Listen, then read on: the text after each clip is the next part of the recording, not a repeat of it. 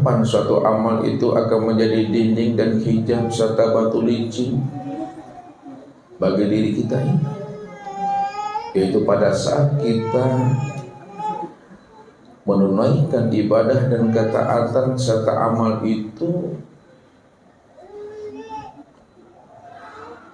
pernah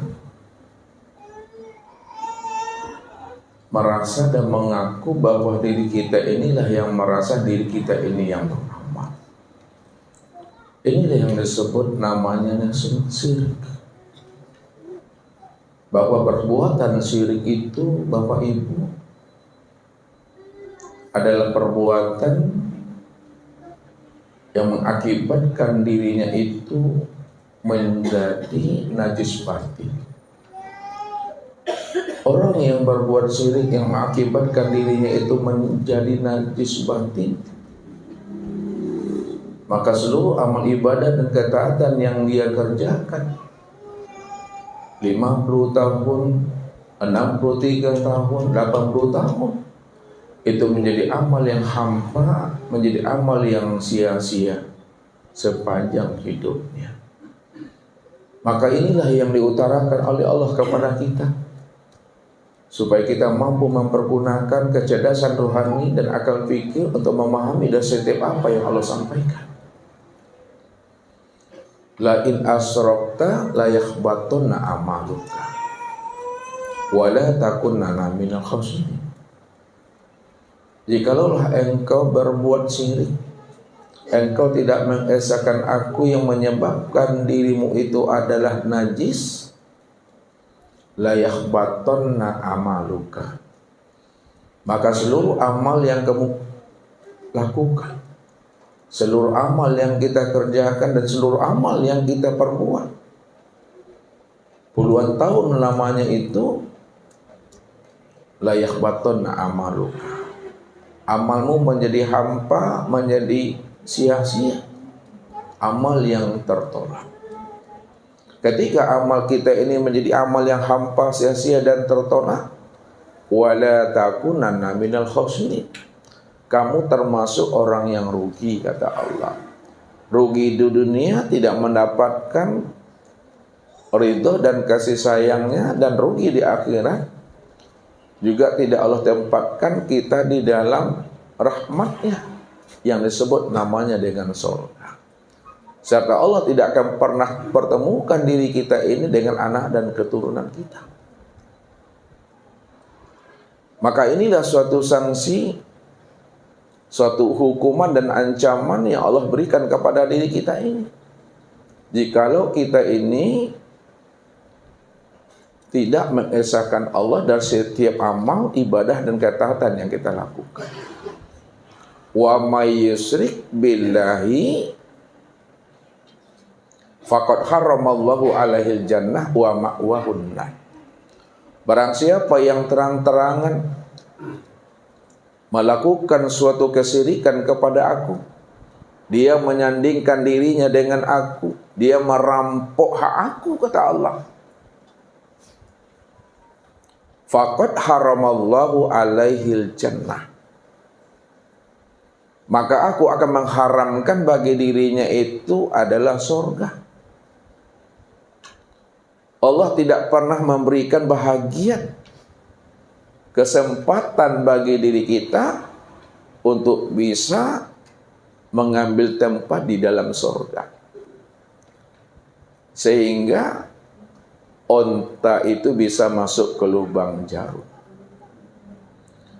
Kalau Allah haramkan bagi diri kita ini untuk bisa mengambil bahagian di dalam surga, kata Allah, fa ma'wahun nar,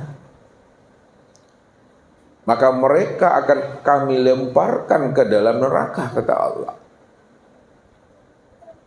Jadi orang-orang yang dilemparkan Allah dirinya ke dalam neraka itu disebabkan karena dirinya itu berbuat syirik, tidak mengesahkan Allah, yang menyebabkan dirinya itu adalah najis. Makanya Allah katakan, innamal musyrikuna najasun, sesungguhnya orang-orang yang berbuat syirik, tidak mengesahkan Allah, maka dirinya itu betul-betul adalah najis, kata Allah. Nah, najis yang dikatakan Allah Bapak Ibu, itu adalah najis batin. Kalau najis zahir, itu bisa dibersihkan dan bisa dicuci. Tapi kalau najis batin, dicuci pun Bapak Ibu dengan 7 lautan, 7 samudra, itu tidak akan pernah bersih Bapak Ibu. Karena najis batin itu betul-betul sudah mendarah daging, dia tertanam di dalam diri kita ini. Makanya yang dikatakan najis batin, yang disebut namanya dengan syirik, tidak mengesahkan Allah pada saat mereka tidak mengenal Allah, mereka tidak berma'rifatullah,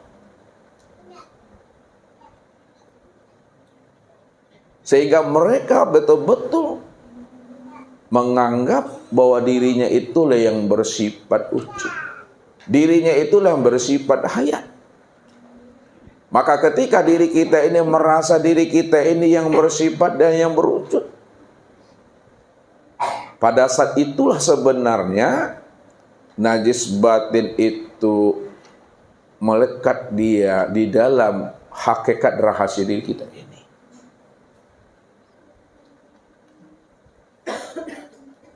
Maka orang yang demikian, kata Allah, dalam menjalankan kehidupan di alam dunia sebagai bentuk cerita dan kasih sayang aku, kata Allah.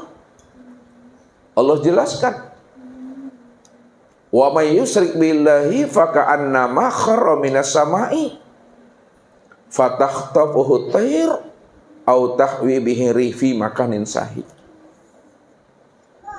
Barang siapa yang sengaja menantang aku, kata Allah, dia menyandingkan aku dengan sesuatu, dia tidak mengesahkan aku dari segala yang wujud pada alam dan pada dirinya, dari setiap gerak dan diam.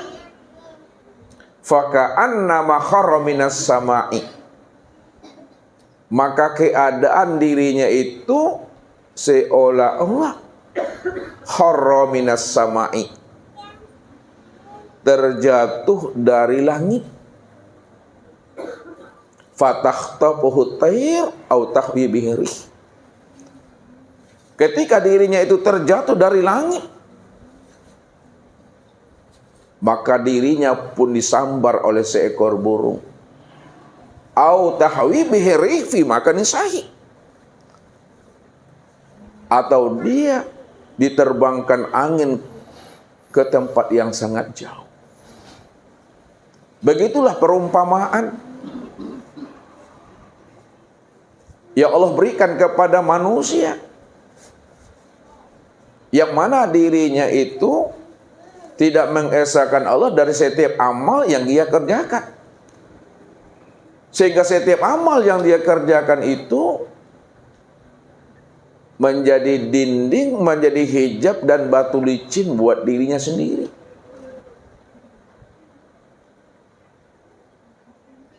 Sehingga mereka itu, kata Allah, telah tertipu dengan diri dan amal mereka sendiri.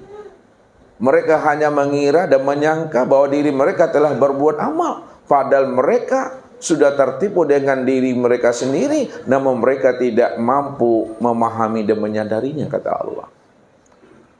Maka orang-orang yang demikian itu taubahnya nanti di akhirat, Bapak Ibu, seperti memikul peti yang besar.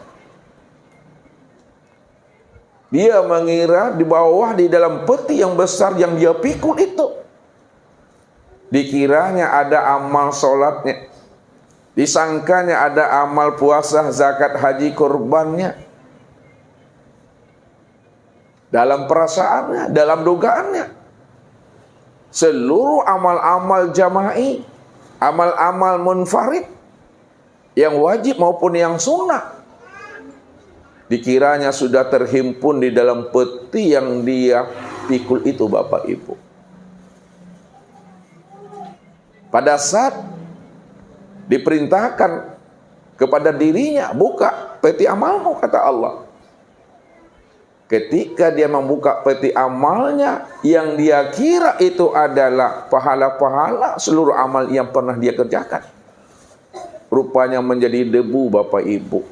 Inilah yang Allah katakan. Kul hal nunabbiukum bil akhsarina a'mala alladzina dalla sa'yuhum bil hayatid dunya wa hum yahsabuna annahum yuhsinuna sun'a. Maukah kami beritahukan kepada dirimu, kata Allah, tentang amalan orang-orang yang sia-sia, amalan orang yang telah tertipu dalam menjalankan kehidupan di alam dunia ini. Mereka menganggap dan mengira serta menyangka bahwa mereka telah melakukan amal yang terbaik kepada aku. Padahal mereka tidak menyadarinya, kata Allah. Mereka telah tertipu dengan diri dan amal mereka sendiri, tapi mereka tidak bisa memahaminya, kata Allah. Makanya baginda Rasul Nabi Muhammad SAW, Bapak Ibu, memberikan suatu perumpamaan, gambaran kepada diri kita, supaya kita ini senantiasa istiqomah menjaga dan mengawal akan diri kita, supaya kita tidak tertipu dengan diri dan amal yang pernah kita lakukan. Karena syirik itu, kata Rasul, Bapak Ibu, seperti semut hitam yang berjalan di atas batu hitam pada kegelapan malam. Mampukah Bapak Ibu melihat dan menyaksikan semut hitam yang berjalan di atas batu hitam pada kegelapan malam, Bapak Ibu? Saking gelapnya, Bapak Ibu, saking halusnya perbuatan syirik itu, kata Rasul. Tanpa kita sadari, boleh jadi syirik itu sudah masuk dia ke dalam ibadah sholat kita. Boleh jadi syirik itu dia masuk ke dalam ibadah puasa, ibadah zakat, ibadah haji, ibadah kurban, ibadah-ibadah yang lainnya. Saking gelap dan halusnya syirik itu, dia bisa masuk ke dalam akal fikir kita, dia bisa masuk ke dalam hati kita, dan dia bisa menembus niat kita itu. Begitulah gelapnya, begitulah halusnya perbuatan syirik itu, supaya kita mampu mengenal dan memahami dari setiap amal yang kita perbuat, apakah diri kita dalam beramal sudah dimasuki oleh perbuatan syirik atau tidak. Maka malam inilah akan kita kaji, akan kita pahami lebih dalam dan lebih halus syirik itu secara zahir dan syirik secara batin. Kalau kita sudah mengenali makna syirik secara zahir dan batin, lalu bagaimana pula penawarnya, supaya diri kita ini tidak lagi terdinding oleh diri dan amal kita sendiri. Mudah-mudahan setiap amal ibadah dan ketaatan yang kita lakukan, Bapak Ibu, ya, kerjakanlah ibadah itu, tunaikanlah ibadah itu sepuasnya apa yang Allah perintahkan kepada diri kita, semampunya kita. Tapi ingat, jangan sampai terlihat akan adanya wujud diri. Inilah yang akan kita coba untuk menyikapi dan memahami yang lebih dalam syirik secara zahir dan syirik secara batin. Lalu apa pula penawarnya? Jadi Bapak Ibu yang dirahmati Allah, ya, syirik, ya,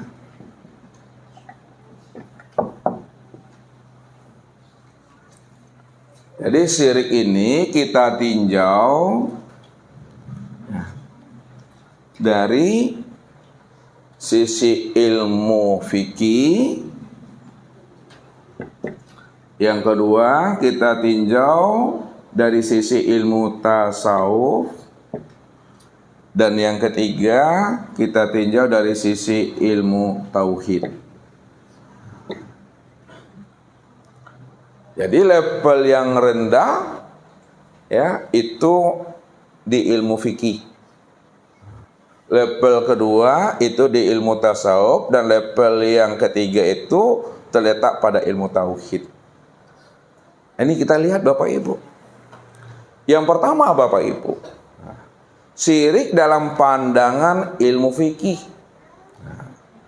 Syirik dalam pandangan ilmu fikih ini berkaitan langsung dengan perbuatan tubuh kita.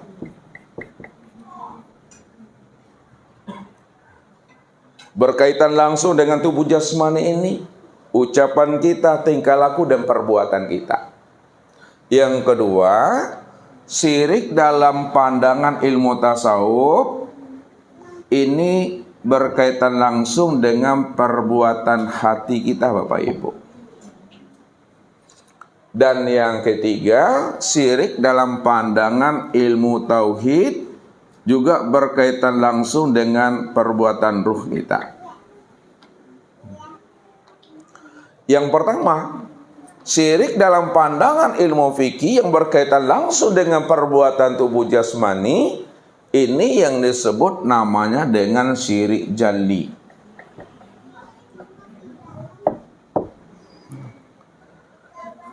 Ya.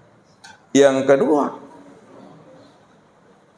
syirik dalam pandang ilmu tasawuf yang berkaitan dengan hati, ini disebut namanya dengan syirik khafi. Dan yang ketiga, syirik yang berkaitan langsung dengan ilmu tauhid, yang berkaitan dengan ruh, ini yang dikatakan namanya dengan syirik khafi bil khafi.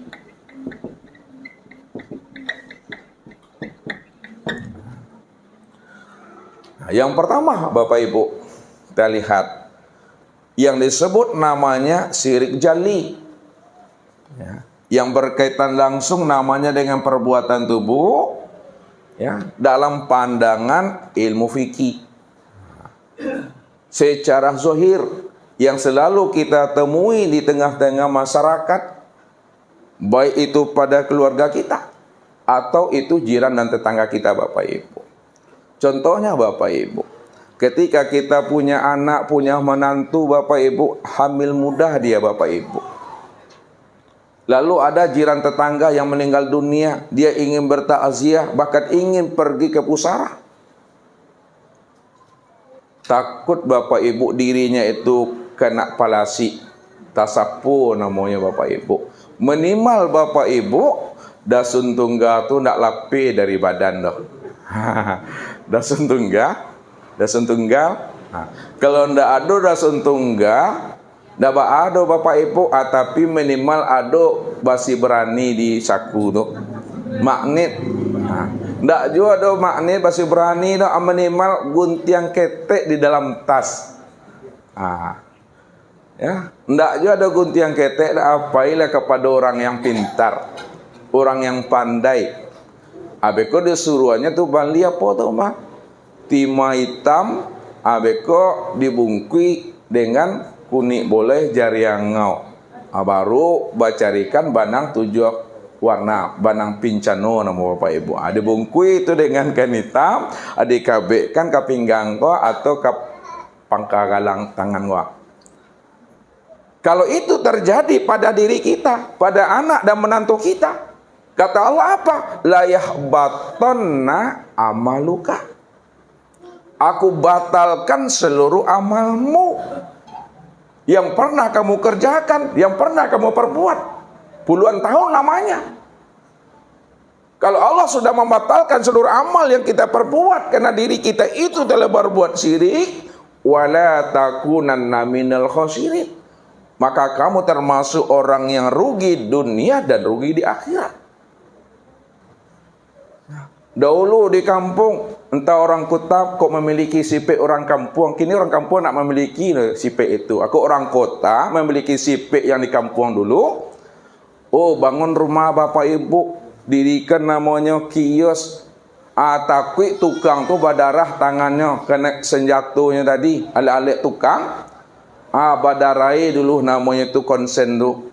Badarai dulu namanya itu pondasi itu, supaya jin yang ada di situ, jin penunggunya, jin tomang, tidak menyakiti tukangnya dan tuan rumahnya. Disembeli ayam, Tak tahu di siku ayam, kambing yang disembelih. Ayam yang kita makan, kambing yang kita makan atas penyembelihan jin, dan jin tombang yang di situ itu najis. Itu yang dikatakan haram li ghairi. Haram li ghairi itu dia disembelih bukan karena Allahnya, tapi diperuntukkan oleh bangsa jin yang ada di situ, supaya tukang kita itu Bapak Ibu ndak lari siang bolong Bapak Ibu. Itulah yakhbatun amaluka Bapak Ibu. Itu syirik jali namanya Bapak Ibu. Bahasa Minangnya jale, bahasa orang Pekanbaru jelas, bahasa orang Siswa nyato.